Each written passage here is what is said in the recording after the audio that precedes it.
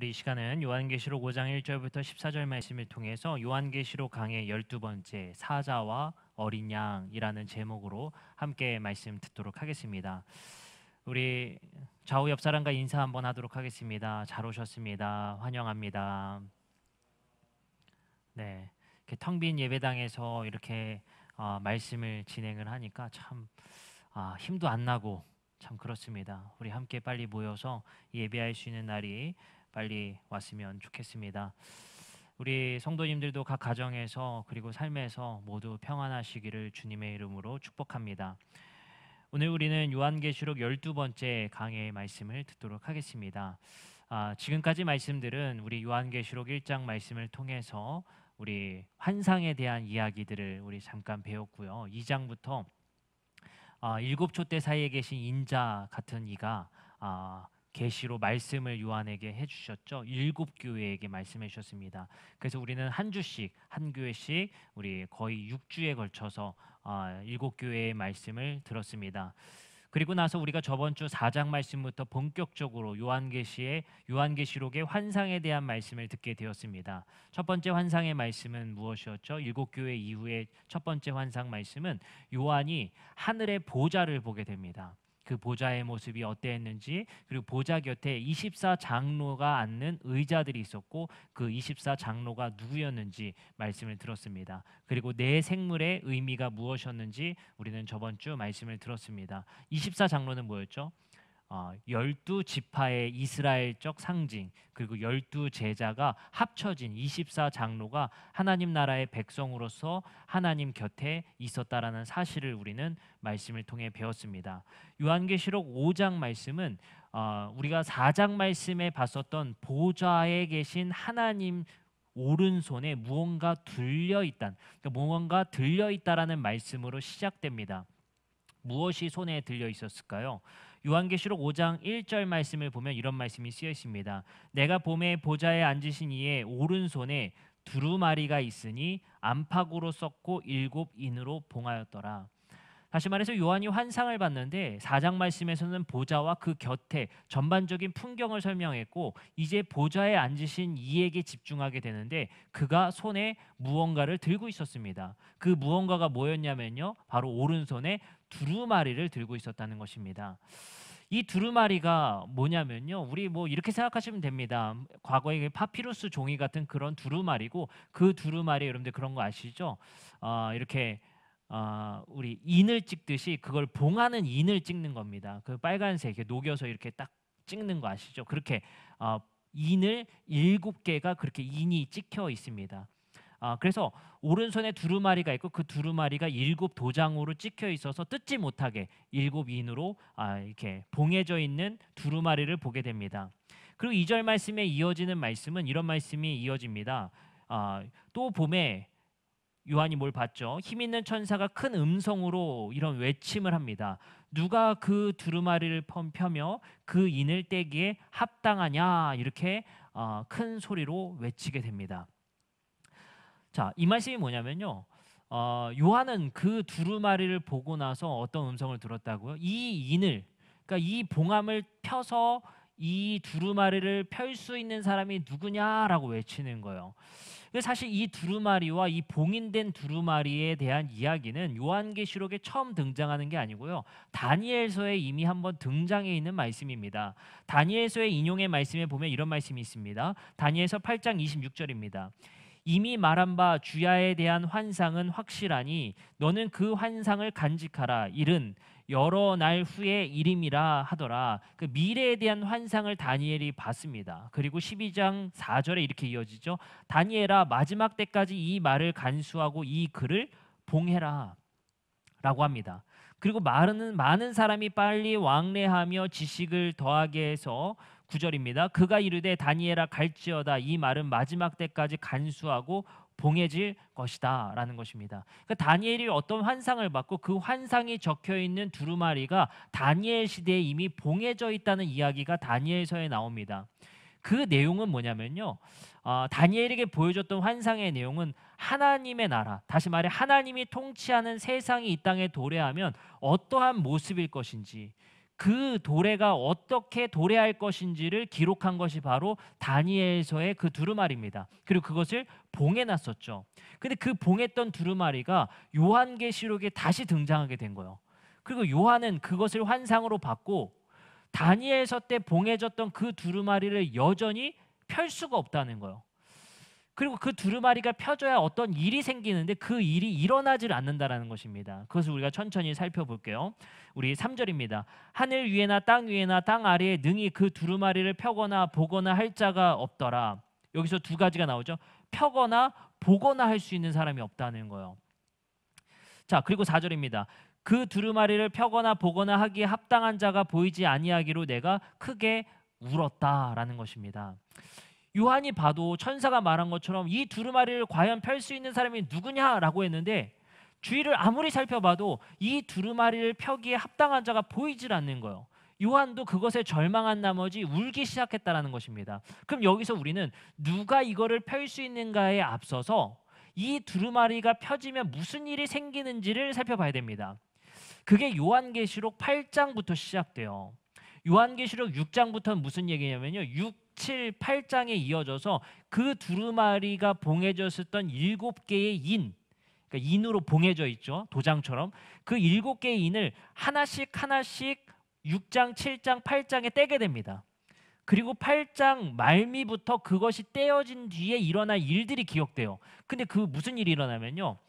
7 나팔이 불려집니다. 그리고 7 대접 이야기가 등장하게 돼요.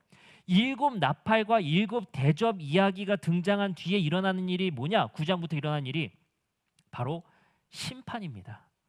그 심판이 일어난 뒤에 바로 하나님께서 온전히 통치하는 이 세상, 하나님이 회복하시겠다는 그 세상이 도래하게 된다는 거예요.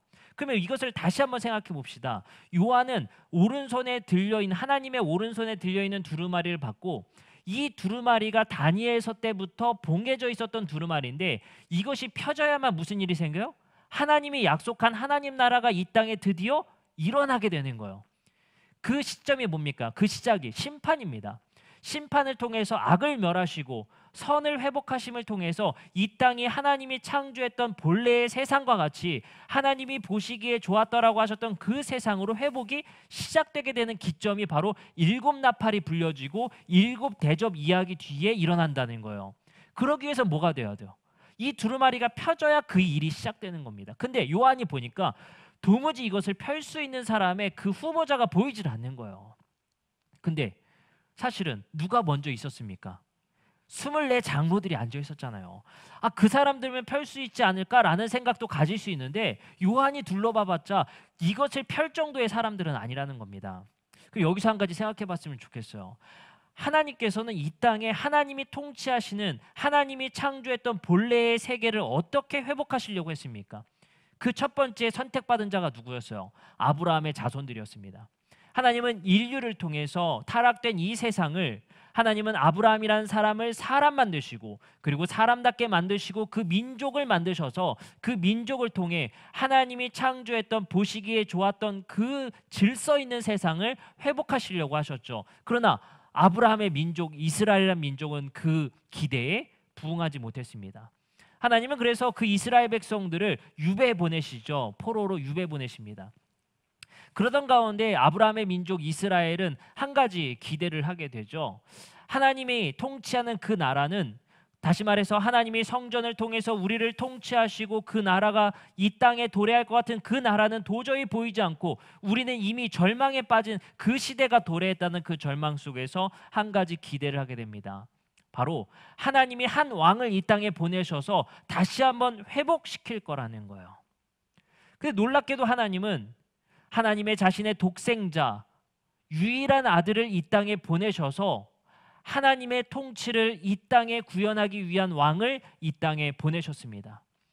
근데 놀랍게도 그 왕은 이스라엘이라는 아브라함의 자손의 민족을 통해서 회복하는 방법이 아니라 이제는 12 제자와 교회를 통해서 새로운 이 땅을 회복할 대상자를 출범시키게 됩니다. 그것이 바로 새 이스라엘이자 교회입니다. 그 24 장로들이 앉아 있는 것이 바로 24 장로와 24 의자의 이야기였단 말이에요. 근데 요한이 봐도 그 인을 뗄 정도로 이 땅에 하나님 나라를 완전히 도래할 것으로는 그들이 그 두루마리를 펼 수 있는 자들이 아니라는 거예요. 실패했다는 것이죠. 그러면 과연 이 두루마리를 펼 수 있는 자는 누구냐? 다시 말해서 하나님 나라는 교회를 통해 이 땅에서 점증적으로 회복되어져 가지만 완전히 이 땅의 심판을 통해서 완전히 악을 꺾으시고 완전한 선을 이 땅에 구현할 사람은 누구이냐라는 거예요. 근데 요한이 발견하지 못합니다. 그래서 크게 울고 있는 장면이 바로 4절의 말씀입니다. 그리고 나서 5절의 말씀에 24 장로 중에 한 사람이 말을 하게 됩니다. 장로 중 한 사람이 내게 말하되 울지 말아라. 유대 지파의 사자 다윗의 뿌리가 이겼으니 그 두루마리와 그 7인을 떼시리라 하더라. 아무리 둘러봐도 그 인을 뗄 만한 사람은 없었는데 장로 중에 한 사람이 바로 이야기를 해주게 됩니다. 누가 이것을 뗄 수 있다는 것이죠. 유대 지파의 사자 다윗의 뿌리가 그 인을 뗄 것이다. 그리고 두루마리를 펼 것이다 라고 이야기를 해줬어요. 자, 그러면 밑줄을 그시기 바랍니다. 유대 지파의 사자 다윗의 뿌리는 누구인가? 이것은 두 가지의 성경 본문을 인용한 것입니다. 창세기 49장 8절부터 9절 말씀에 보면 이런 말씀이 있어요. 8절 9절입니다. 유다야 너는 내 형제의 찬송이 될지라 내 손이 내 원수의 목을 잡을 것이요 내 아버지의 아들들이 내 앞에 절하리로다. 유다는 사자 새끼로다. 내 아들아 너는 움킨 것을 찢고 올라갔도다. 그가 엎드리고 웅크림이 숫사자 같고 암사자 같으니 누가 그를 범할 수 있으랴. 여러분들 유대 지파의 사자라는 용어는 창세기 49장을 통해서 야곱이 유다라는 형제에게 지금 축복한 내용에 들어있었던 유다에 대한 표현이었습니다. 축복 기도였어요. 그래서 9절 말씀에 쓰여 있듯이 유다는 사자 새끼이며 숫사자 같고 암사자 같다는 거예요. 이 야곱의 축복이 어떻게 실현되죠? 유다 지파에서 바로 다윗 가문이 출범되게 되죠. 그래서 그 다윗이 왕이 되고 하나님의 통치를 이 땅에 구현할 대리자로 이 땅에 세워지게 되었죠. 그렇죠? 그리고 또 다윗의 뿌리라고 쓰여 있는 건 무엇입니까? 이사야서 11장 10절의 말씀에 보면 하나님께서 이 땅을 어떻게 회복하실지, 누구를 통해서 이 땅을 회복하실지 이렇게 힌트를 주십니다. 그날이 오면 바로 하나님 나라가 완전히 도래하는 출범이 되면 이새의 뿌리에서 한 싹이 나서 만민의 깃발로 세워질 것이며 민족들이 그를 찾아 모여들어서 그가 있는 곳이 영광스럽게 될 것이다. 어떻게 힌트를 주셨죠? 이새의 뿌리에서 그 사람이 날 것이다 라는 것이에요. 그렇기 때문에 이 이사야서 말씀과 창세기 49장 말씀은 바로 이스라엘 백성들에게는, 이스라엘 유대인들에게는 하나님의 나라가 출범되어질 바로 그 인물을 상징하는 말씀들입니다. 그런데 어떻죠? 유대 지파의 사자 다윗의 뿌리라고 하는 것은 사자 왕이거든요. 우리가 잘 아는 라이온 킹입니다. 사자의 왕. 이걸 뭘 의미합니까? 용맹함, 강함을 의미하죠. 그 강한 이가 있다라는 거예요. 그리고 그가 바로 이 인을 뜯을 것이다 라고 이야기해줘서 듣게 되는 거예요. 근데 6절의 말씀에 이어지는 말씀은 아이러니한 말씀이 등장합니다. 요한이 이번엔 듣는 게 아니라 눈으로 보게 되죠. 힌트를 얻었어요. 유다 지파의 사자 이새의 뿌리에서 그러한 이가 날 것이다라는, 그 인을 뗄 것이다라는, 그 심판이 시작될 것이다라는 이야기를 듣고 주위를 살펴봤는데 놀랍게도 누가 보이냐면요, 내가 또 보니 보좌와 네 생물과 장로들 사이에 한 어린 양이 서 있는데 일찍이 죽임을 당한 것 같더라. 그에게 7뿔과 7눈이 있으니 이 눈들은 온 땅에 보내심을 받은 하나님의 7 영이더라. 여러분들 6절의 말씀이 오늘 말씀의 핵심입니다. 요한은 처음 24 한 장로에게 들음을 통해서 유대 지파의 사자 다윗의 뿌리와 같은 그런 용맹하고 강한 이가 이 인을 뜯기에 합당하다라는 이야기를 들었는데, 그 이야기를 듣고 주위를 둘러보니까 유다와 같은 사자가 보이질 않아요. 그리고 그 용맹한 다윗과 같은, 골리앗을 이겼던 다윗과 같은 용맹한 자가 보이질 않아요. 정작 보인 것은 누구냐면요, 한 어린 양이 서 있는데 죽임당한 것 같은 피투성이가 되어 있는 어린 양을 보게 됩니다. 그러니까 이 인을 뜯을 사람에 대한 설명을 들은 것과 보이는 게 다른 거예요. 이것이 굉장한 아이러니를 우리에게 설명하고 있는 것입니다. 이것은 우리에게 무엇을 설명하냐면요, 이 세상의 종말 심판, 이 인을 뗄 사람은 바로 예수 그리스도다라는 사실을 우리에게 우선적으로 알려주십니다. 우리는 알고 있죠? 그 어린 양과 같이 죽임당한 분이 바로 예수님이라는 사실을. 그 예수님이 이 인을 뗄 거라는 거예요. 다시 말해서 이 하나님 나라를 온전히 이 땅에 도래시킬 심판을 예수님이 그 인을 땜을 통해서 시작될 거라는 것입니다. 그 시점은 잘 알지 못하지만요, 예수님만이 그것을 하실 수 있다는 거예요. 근데 그 예수님에 대한 표현과 설명이 유대와 같은 유대 지파 같은 사자, 용맹함의 다윗과 같은 자가 보이는 것이 아니라 어린 양, 피투성이 된 어린 양이 정작 그 인을 뗄 것의 인물로 보이고 있다라는 거예요. 이것은 무엇을 설명하냐면요, 유대인들의 기대를 볼 수 있습니다. 유대인들의 기대 속에서는 우리를 핍박하고 이 교회를 핍박하는 이 로마 제국을 꺾으리가 피투성이 된 어린 양 같은 이가 아니라 누구 같을 것 같은 거예요. 우리의 상상 속으로는 용맹하고 건장하고 이 로마 제국을 칼로 휘둘러서 모든 것을 멸할 것 같은 그 용맹한 사자왕 같은 이가 떡하니 나타날 거라고 생각했단 말이에요. 그가 이 땅을 심판할 것이고 그 인을 땜을 통해서 심판이 본격화될 거라고 생각을 했단 말이에요. 그날만을 기다리고 있어요. 근데 아무리 둘러봐도 그런 이는 보이지 않고 피투성이 된 어린 양이 보이더라는 거예요. 이것은 무엇을 얘기하냐면요, 바로 그들이 생각했던 기대와 하나님이 이 땅을 온전히 변화시킬 팩트와는 지금 차이가 있다는 겁니다. 이것을 우리에게 적용하면 이렇게 생각할 수 있습니다. 하나님께서는 이 땅을 회복하는 방식은 유대인, 다시 말해서 이스라엘인들이 생각했었던 그런 방식이 아니라는 거예요. 하나님 나라의 도래는 예수 그리스도가 어린 양으로 죽임당한 것 같은 그러한 방식으로 이 땅이 온전히 회복될 것이며 인이 뜯어질 것이며 심판이 도래할 거라는 거예요. 이것이 바로 아이러니라는 사실입니다. 우리의 기대를 무참히 깨는 것이죠. 어쩌면 로마 제국의 핍박 속에서, 환란 속에서 고통을 당하고 있었던 이들의 기대는 유대 지파의 사자와 같은 이가 다윗의 왕과 같은 그러한 용맹한 자가 나타나기를 기대했지만 그 기대와 달리 정작 이 땅을 심판하고 회복하실 이는 바로 어린 양과 같은 피투성이 된 어린 양이라는 사실입니다. 이것은 우리에게 큰 시사점을 주는 것입니다. 바로 지금의 시대를 회복하고 지금의 이러한 어지러운 세상을 바로잡을 이는 오히려 어린 양과 같은 피투성이 된 그 예수 그리스도의 통해서 이 땅에 도래하게 된다는 거예요. 그리고 그 방식은 어땠습니까? 사자와 같은 용맹함이 아니라 어린 양과 같은 죽어짐을 통해서 이 땅에 회복이 시작된다라는 것입니다. 이것이 우리에게 큰 감동을 주는 것 같습니다. 우리는 세상을 어떻게 대해야 할지, 그리고 하나님은 어떠한 방법을 원하고 계신지를 우리에게 말씀하고 계시는 것 같습니다. 우리는 구약 말씀을 통해서 하나님께서 이 땅에 하나님 나라를 도래시키기 위해서 왕들을 선발하셨고 그 왕들을 통해 통치하시려고 하셨던 하나님의 섭리를 보게 됩니다. 그 중에 다윗 왕이 있었고 우리가 잘 아는 솔로몬 왕이 그의 아들로 왕권을 일임하게 됩니다. 근데 여러분들 잘 아시다시피 솔로몬은 지혜의 왕이었지만 솔로몬에 의해서 그 나라가 파국으로 이어진다는 사실을 알게 됩니다. 그것을 통해서 우리에게 말씀하시는 것은 바로 하나님의 나라는 어떻게 도래하고 어떻게 도래하지 않는지를 우리에게 보여주시는 것입니다. 솔로몬은 어떻게 했습니까?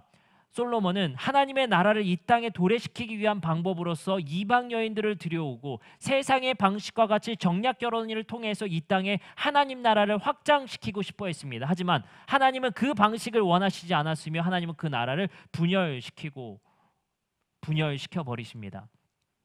그 말씀을 통해서 우리는 어떤 생각을 할 수 있습니까? 하나님 나라는 하나님의 방식을 통해 이 땅에 도래한다는 것입니다.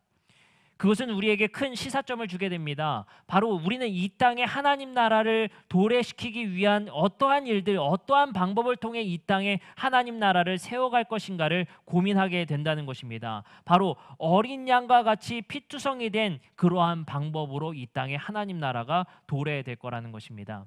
하나님의 방법이 그렇습니다. 우리는 따져 물을 수가 없습니다. 그것이 하나님께서 원하시는 승리이고 방법이라는 사실을 우리에게 알려주고 계시기 때문입니다. 우리는 이러한 방법이 마음에 안 들지도 모르겠습니다. 그러나 하나님이 원하시는 방법이고 하나님이 작정하신 방법이라는 사실을 우리는 알아야 합니다. 역시나 유대인들은 그것을 받아들이지 못했죠. 그 메시아가 십자가에 달려 죽자 그것은 실패했다 여겼으며 그것은 잘못된 방식이라고 여겼습니다. 하지만 예수 그리스도를 하나님께서 부활시키심을 통해서 그 방식이 옳다는 것을 말씀하셨습니다. 놀랍게도 하나님의 방식은 가장 낮은 자리에 예수를 내리시는 방법이었고 또한 그를 부활시킴을 통해서 가장 높은 자리로 올리시는 방법이었습니다. 또한 로마 제국의 시대 속에서 가장 높은 자리에 올라가 있을 것 같은 로마의 황제를 가장 낮은 자리로 내리실 거라는 것입니다. 그것은 바로 예수 그리스도의 죽음이라는 방식을 통해 이루어졌다는 사실입니다. 이것을 통해서 교회는 어떻게 사역해야 하고 교회는 어떻게 나아가야 할 것인가를 우리에게 알려주십니다.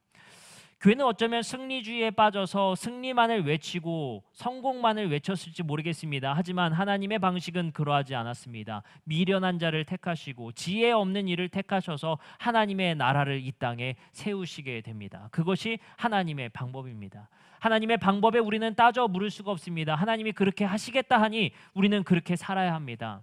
그리고 그것을 신뢰해야 합니다. 우리는 마치 그 방법이 낭떠러지와 같이 어둡고 캄캄하고 보이지 않는 길일지라도 하나님을 신뢰함으로 그 방식에 따라 살아봐야 할 것입니다. 그리고 예수 그리스도의 죽임과 어린 양의 십자가에 달려 죽으심을 통해 하나님은 승리를 이루셨고 그 승리를 그 절정에서 인을 떼어 버리실 자로 바로 예수 그리스도를 우리에게 보여주셨습니다. 이것은 초대교회의 로마 제국의 핍박 속에서 교회들에게 어떤 메시지를 던져주는 것일까요? 바로 그곳에서 어린 양과 같이 삶을 통해 내가 하나님이 이 땅에 하나님 나라를 도래시키겠다라는 그 방법을 우리에게 말씀하고 계시다라는 것입니다. 그리고 우리에게 한 가지 더 말씀하십니다. 바로 그 이길 자는 바로 오직 예수 그리스도라는 것입니다. 요즘 시대를 살아보면 참 우리가 이런 말을 많이 하는 것 같습니다. 정말 답 없다. 아무리 고민해보고 아무리 답을 찾으려 해도 답이 없다라는 얘기를 우리는 넋두리같이 하는 것 같습니다. 그러면서 우리 신앙인들의 고백은 그렇게 이야기하지 않습니까? 주님께서 오셔야 해결될 것 같다. 이 어지러운 세상을 바로잡으려면 주님께서 오셔야 될 것 같다. 요한도 울었습니다. 우리도 우는 것과 같이 답이 없다. 도저히 이 인을 떼서 두루마리를 펼 자가 없다. 이것이 과연 회복되겠는가? 절망 속에 요한도 눈물을 흘렸습니다. 지금 우리의 눈물도 그런 것 같습니다. 대안이 없고 답이 없는 것 같은 세상 속에서. 그러나 하나님께서는 우리에게 환상으로 보여주셨습니다. 죽임당한 것 같은 어린 양을 통해 반드시 이루겠노라고. 우리는 세상을 살펴보며 그 방식으로 과연 되겠느냐라고 합니다. 하나님 그만두세요. 우리가 알아서 하겠습니다. 그 방식으로는 너무 오래 걸립니다. 그렇게 더디게 어떻게 합니까? 우리가 새로운 방식으로 솔로몬과 같이 하나님 나라를 이 땅에 도래시키겠습니다. 그것이 바로 과거의 교회의 모습이 아니었습니까? 우리의 방식, 우리의 시스템을 가지고 하나님 나라를 이 땅에 도래시키겠다고 했었던 그 방식. 그리고 지금 우리에게 남겨진 것은 답이 있었습니까? 바로 우리는 여전히 물음 속에 살고 있습니다. 하나님은 우리에게 대답하여 주셨습니다. 예수 그리스도를 통해 온전히 회복시키겠노라고 말입니다. 여러분들, 우리가 사는 세상은 정말 진보했습니까? 지금의 세상을 살펴보면 근대보다 더 잘 살게 된 것 같습니다. 그리고 중세시대보다 훨씬 나은 삶을 산 것 같습니다. 총균쇠라는 책을 보면은 중세시대의 유럽인들이 얼마나 지저분한 삶을 살았는지 그 균의 면역력이 강력해서 그 균으로 세상을 정복했다는 이야기가 나옵니다. 그 중세시대보다는 근대가 좀 나아진 것 같고 근대보다는 현대 21세기의 사회가 조금 더 나은 것 같습니다. 교양이 있는 것 같고 조금 더 품위가 있는 것 같습니다. 지식은 충만한 것 같고 과학 문명은 더욱더 대단해진 것 같습니다. 이제는 화성으로 이주하겠다라는 프로젝트까지 세울 정도이니 우리는 꽤 발전한 것 같고 꽤 진보한 것 같습니다. 그리고 우리는 스스로 교양 있고 세련된 민주주의와 시스템을 통해 이 세상의 무질서를 해결할 수 있다고 믿고 있습니다. 그리고 우리는 미국이 나서서 이 세상을 정리해주고 질서를 잡아줄 것이라고 믿고 있습니다. 그러나 정말 세상은 나아졌습니까? 그리고 정말 세상은 중세 시대에 비해 근대 시대에 비해 세상은 행복해졌고 세상은 좋아지고 있습니까? 수명은 늘어났을지 모르겠지만 세상이 정말 좋아지고 있는가라고 우리에게 질문하면 정말 그렇다라고 우리는 답변할 수 있습니까? 인간의 노력으로 정말 세상은 진보하고 있으며 세상은 정말 나아졌다라고 확신할 수 있습니까? 그러기에는 우리 주위를 둘러봤을 때 너무 많은 전쟁과 너무 많은 기근과 너무 많은 억울한 죽음들이 펼쳐지고 있으며 인권이 없는 세상 속에서 고통받는 이들이 우리 주변에 여전히 너무나도 많다는 사실을 보게 됩니다. 그리고 우리 주변을 보면은 세상의 질서를 잡겠다고 나선 나라들의 전쟁으로 인해서 수많은 고아들과 수많은 전쟁의 아픔 속에 살아가는 이들이 여전히 신음하고 있으며 전쟁은 멈춰질 기미가 보여지고 있지 않습니다. 정말 우리는 나아지고 있습니까? 여러분들, 현재 캘리포니아에서 산불이 엄청나게 심하게 나고 있다는 사실을 알고 있을 것입니다. 뉴스를 통해 보셨을 것입니다. 여전히 꺼지지 않고 있습니다. 캘리포니아주 역사상 가장 심각한 규모로 번졌다고 합니다. 지금까지 서울 면적의 6배가 탔고 6만 명 이상의 이재민이 났다고 합니다. 그렇게 강력한 나라라고 자부심 있었던 미국조차 산불 앞에 꼼짝하지 못하고 있습니다. 이재민들은 코로나 때문에 대피소에도 가지 못하고 있으며 주 정부에서 호주와 캐나다에 도와달라고 절박하게 요청할 지경이라고 합니다. 설상가상 미국 남동부에는 허리케인이 2개나 동시에 올라오고 있으며 허리케인 2개가 24시간 안에 동시에 상륙한 건 1933년 딱 한 번 있었다고 합니다. 우리는 점점 듣지도 보지도 못한 세계에 진입하고 있으며 우리는 새로운 세상을 살고 있습니다. 그러나 전혀 좋아질 기미는 보이지 않고 있습니다. 우리는 이번 여름 단순한 장마가 아닌 기후 위기를 보았습니다. 지구상에서 빙하가 가장 팽창했던 시기 이후 1만 년에 걸쳐서 지구 평균 기온이 섭씨 4도 상승해서 지금과 같은 기후가 만들어졌다고 합니다. 산업화 이후 인류는 불과 100년 만에 1도를 높였다고 합니다. 1만 년에 걸쳐서 높인 온도를 100년 만에 1도를 높였다고 합니다. 자연 스스로 일어나는 변화 속도보다 25배 빠른 것이며 10만 년 주기로 빙하기와 간빙기를 견뎌낸 생태계 입장에선 처음 보는 속도라고 합니다. 생태계의 약한 고리부터 하나씩 멸종 위기에 놓이고 있으며 젠가 게임처럼 블록이 하나 둘씩 빠져도 처음에는 유지가 되지만 언젠간 한순간에 와르르 무너지는 사태에 빠지고 말았습니다. 사람 체온이 1도 오르면 몸이 안 좋다는 걸 느끼기 시작하듯이 지구도 기후변화의 징후를 나타내고 있습니다. 기온이 2도 이상 올라가게 되면 지구는 늘어난 스프링처럼 회복력을 잃게 되며 그 기온 상승은 점점 빨라지고 있습니다. 탄소가 배출되면 탄소는 없어지지 않고 지구 위에 바로 하늘 위에 쌓이고 맙니다. 그래서 태양의 온도를 밖으로 배출시키지 못하고 지구 안에 가둬두기 때문에 이러한 일이 생긴다고 합니다. 미국의 한 학자가 이런 책을 썼다고 합니다. 우리에게 22세기는 도래하지 않을 것이다. 여러분들, 세상은 나아지고 있습니까? 세상은 좋아지고 있습니까? 여러분들, 이러한 시대 속에서 우리는 요한과 같이 눈물로 하늘에 탄식하고 있는 것 아니겠습니까?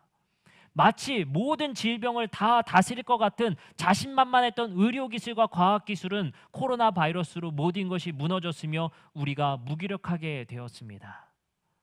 우린 다시 한번 질문하게 됩니다. 로마 제국 속에서 초대교회는 꽤 진보한 로마 제국 속에서 우리 이 세상을 회복해보자, 팍스 로마나라는 세상의 로마를 통해서 평화를 이루어보자라는 그 세상이 과연 진보하고 있는가? 세상은 평화로워지고 있는가? 그 질문 속에서 요한은 울고 있었으며 초대교회도 울고 있었다는 사실입니다. 그때 하나님께서 계시한 것은 어린 양과 같은 죽임당한 피투성이 된 어린 양을 통해 내가 반드시 끝내겠다라는 것입니다.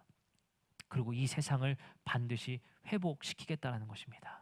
그래서 기독교에 그것이 답이 있는 것이며 하나님을 통한 이 세상의 회복의 답이 있다는 것입니다. 그 회복의 답은 바로 죽어지는 교회들을 통해 어린 양과 같이 피투성이 된 삶을 통해서 이 땅을 점진적으로 하나님께서 회복하시겠다는 그 약속, 그 방법을 믿고 신뢰하고 그 앞길이 보이지 않지만 그 방법이 되지 않을 것 같지만 우리는 그 삶을 살아내야 합니다. 얼마 전 뉴스를 통해서 참 가슴 아픈 이야기를 전달받았습니다. 인천의 화염에 휩싸인 두 형제의 이야기였습니다. 우리 먼저 그 뉴스를 한번 같이 보고 이야기를 진행해 보도록 하겠습니다. 예, 예, 맞습니다. 예? 어떤 것 때문에 그러세요? 불이 났다고요?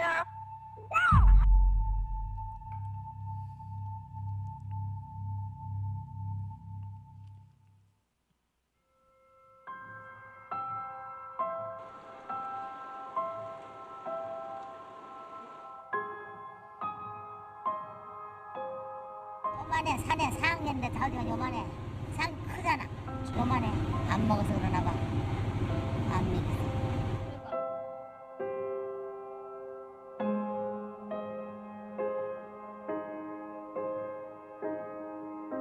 학교에서 그 아동이 좀 약간 그 왔다 갔다 하는 그런 거 있잖아요. 그래서 좀 결핍 그런 게 보여서 ADH 그런 상황이니까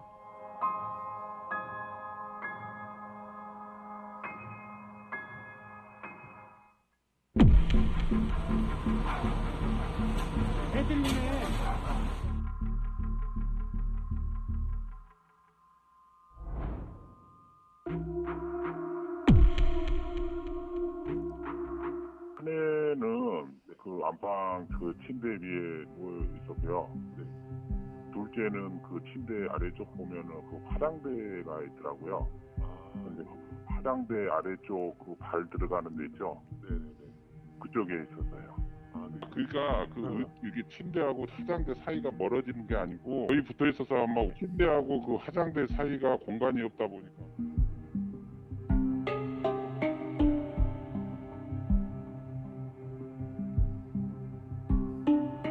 침대랑 화장대 사이에 유격이 거의 없던 상태인 거잖아요. 그렇죠. 그 공간이 불길에 가장 직접적으로 닿지 않는 장소였다고 볼 수 있었을까요? 그렇죠.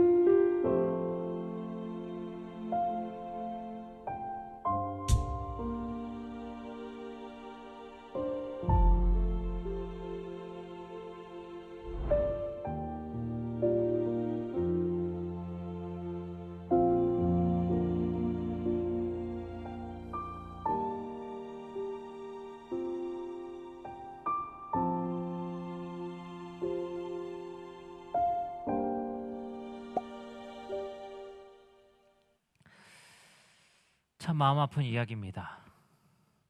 코로나 바이러스로 돌봄이 되어지지 않아서 13 남짓한 아이들이 라면을 끓여 먹겠다고 라면을 끓이다가 화재가 났습니다. 근데 참 안타깝게도 왜 이런 일들은 이렇게 가난한 사람들에게 일어나는지, 왜 이렇게 소외된 이들에게 위험이 도사리고 있는지 참 마음이 아픕니다. 그리고 우리의 마음을 더 울린 것은 그 CCTV를 조사해 봤더니 이런 일이 있었다고 합니다. 편의점에서 그 아이가 라면이랑 쿨피스를 같이 계산하려고 놔뒀는데 결시가동 카드로는 쿨피스가 계산되지 않아서 쿨피스는 냉장고에 넣는 장면이 찍혔다고 합니다. 10살 아이는 단지 쿨피스 한 잔이 마시고 싶었던 겁니다. 여러분들, 정말 우리 잘 살고 있는 건 맞습니까? 여러분들, 우리가 정말 아름다운 세상을 만들고 있는 건 맞습니까? 우리의 허영심과 자신감, 스스로 교養이 있다고 여기며, 그리고 우리는 청결하다고 여기며 세련된 시스템과 법치주의 아래에서 인간의 존엄한 삶을 살고 있다고 여기는 우리의 삶, 정말 세상은 나아지고 있습니까? 쿨피스 한 잔 마시겠다라고 편의점에서 거절당했던 그 아이의 모습을 생각해 보니 세상은 여전히 그대로인 것 같습니다. 우리는 요한과 같이 크게 울 수밖에 없는 것 같습니다. 하나님, 과연 답은 있습니까? 하나님, 과연 이 세상이 변하긴 변하는 것입니까? 하나님, 과연 우리에게 해결책은 있는 것입니까? 라고 하나님께 따져 물을 수밖에 없는 이 시대를 살아가고 있는 것 같습니다. 그리고 여전히 과학과 여러 가지 진보된 우리의 교양과 지식을 통해 해결할 수 있을 것이다. 우리는 결국 답을 찾아낼 것이다. 라는 공허한 외침을 통해 우리 스스로를 위안하는 것 같습니다. 여러분들, 우리는 새로운 답을 제시해야 될 것입니다. 바로 예수 그리스도의 삶을 통해 이 세상을, 하나님이 창조하신 세상을 돌려놓기 위한 삶을 우리 스스로가 다시 한번 결의하고 살아내야 할 것입니다. 마태복음 5장 38절부터 48절의 말씀에 보면 예수님의 귀한 말씀이 담겨져 있습니다. 여러분들, 우리는 어쩌면 예수님의 신앙만 배우고 예수님을 어떻게 섬겨야 될지만 배웠지, 예수님이 우리에게 가르치고자 했었던 삶은 배우지 못했던 것 같습니다. 신앙만 배우고 그의 사상은 배우지 못한 것입니다. 마태복음 5장 38절부터 48절에 보면 우리 그리스도인들이 가져야 될 품격과 품위와 이 세상에 어떻게 하나님 나라를 도래하시기 위해 삶을 사셨는지를 보여주십니다. 또 눈은 눈으로 이는 이로 갚으라 하였다는 것을 너희가 들었으나 이것은 세상의 시스템이죠. 이 시스템을 가지고 세상은 변화시킬 수 있을 거라 우리는 믿고 있죠. 그러나 예수님은 말씀하십니다. 나는 너에게 이르노니 약한 자를 대적하지 말라. 누구든지 내 오른편 뺨을 치거든 왼편도 돌려대며 또 너를 고발하여 속옷을 가지고자 하는 자에게 겉옷까지 가지게 하며 또 누구든지 너로 억지로 오리를 가게 하거든 그 사람과 심리를 동행해 주고 내게 구하는 자에게 주며 내게 꾸고자 하는 자에게 거절하지 말라. 또 이웃을 사랑하고 내 원수를 미워하라 하였다는 것을 너희가 들었으나 나는 너에게 이르노니 너희 원수를 사랑하며 너희를 박해하는 자를 위하여 기도하라. 이같이 한즉 하늘에 계신 너희 아버지의 아들이 되리니 이는 하나님이 그 해를 악인과 선인에게 비추시며 비를 의로운 자와 불의한 자에게 내려주심이라. 너희가 너희를 사랑하는 자를 사랑하면 무슨 상이 있으리요? 세리도 이같이 하지 아니하느냐? 또 너희가 너희 형제에게만 무난하면 남보다 더하는 것이 무엇이냐? 이방인들도 이같이 하느니라. 그러므로 하늘에 계신 너희 아버지의 온전하신 같이 너희도 온전하라. 예수님께서 우리에게 지상에서 알려주신 방식은 너무 다른 방식입니다. 우리에게 이 세상의 시스템으로 회복할 그 가능성에 대해서 이제 생각을 전환하라 말씀하십니다. 속옷을 가지고자 하는 자에게 겉옷도 줘라. 오리를 가자고 하면 심리를 같이 가줘라. 꾸고자 하는 자에게 거절해 주지 마라. 원수도 사랑하라. 너희도 사랑하는 자를 사랑하면 그것이 무슨 상이 있겠느냐? 세리도 이 정도는 한다라고 우리에게 말씀하십니다. 여러분들, 우리도 똑같이 말하고 있지 않습니까? 우리도 어느 정도 살고 있습니다. 꽤 정직하게 살고 있습니다. 근데 하나님은 우리에게 말씀하십니다. 그 방법 정도로는 세상이 회복되지 않을 것이다. 그 방법적으로는 세상이 나아지지 않을 것이다 라는 것입니다. 남들처럼 사는 만큼 우리도 살면 되겠지라는 생각으로 살면 그것으로 세상이 나아지지 않는다는 것입니다. 여러분들, 우리가 다시 한번 고민했으면 좋겠습니다. 우리는 잘 살고 있는 건 맞습니까? 우리는 과연 예수님께서 이 땅에서 십자가를 지고 이 땅에 세우고자 하셨던 그 하나님 나라의 방식, 그 삶의 양식을 우리는 살아내고 있습니까? 여러분들 주변을 둘러보시기 바랍니다. 세상을 둘러보시기 바랍니다. 아름답습니까? 제가 얼마 전 밝은 하늘을 보면서 그런 노래를 불렀습니다. 참 아름다워라. 주님의 세계는.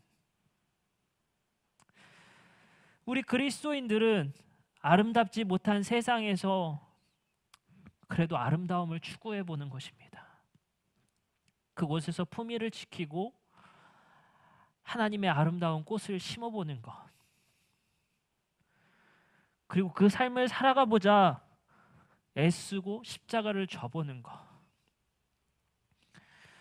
우리는 유대의 사자화가 나타날 것 같은 기대를 하고 있지만 하나님은 그 방식이 아니라고 말씀하시고 어린 양의 그 죽임당한 피와 같이 당신이 이 땅에서 손해보는 그 삶을 통해 이 땅을 나아지게 만드시겠다고 말씀하십니다. 아름답지 못한 세상에서 아름다움을 추구해 보는 것, 참 아름다운 세상을 주님께서 만드셨다는 사실을 기억해 보는 것, 그 세상에서 아름다움의 그 삶을 영위해 보는 것, 그리고 그 삶을 통해 하나님이 이 땅을 아름답게 만드시겠다는 그 약속을, 반드시 그 인을 뗄 분을 이곳에 보내시겠다는 그 사실을 신뢰하며 우리가 남들과 같은 세리와 같은 이방인 정도의 삶이 아니라, 남들처럼 살았다고 자부하는 것이 아니라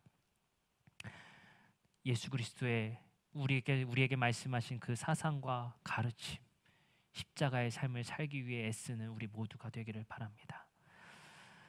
마지막으로 여러분들이 묵상할 찬양을 함께 나누길 바랍니다. 우리 잠깐 눈을 감으시고요, 우리 들려드리는 찬양을 마음속에 함께 찬양을 고백하시면서 우리 설교를 마치도록 하겠습니다.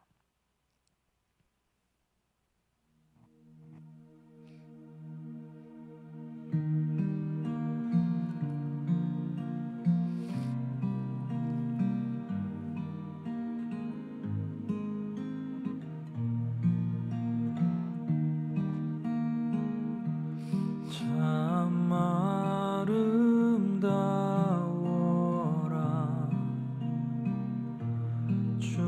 주님의 세계는 저 솔로몬의 옷보다 더 고운 백합화 주 찬송하는 듯 저 맑은 새소리 내 아버지의 지으신 그 솜씨 깊도다 참 아름다워라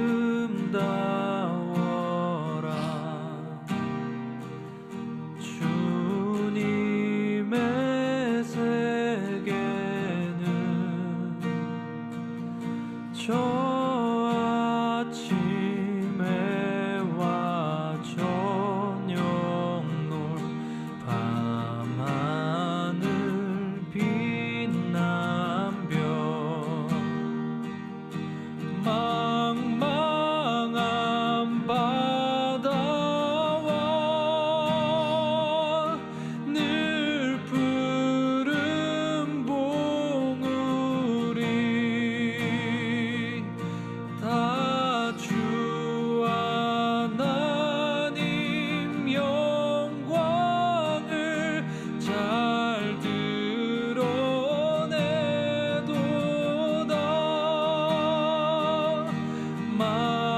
망망한 바다와 늘 푸른 봉우리 다 주 하나님 영광을 잘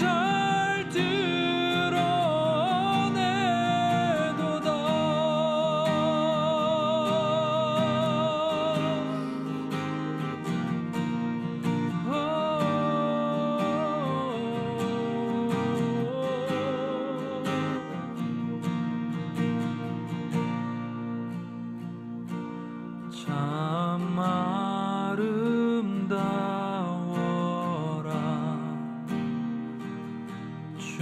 주님의 세계는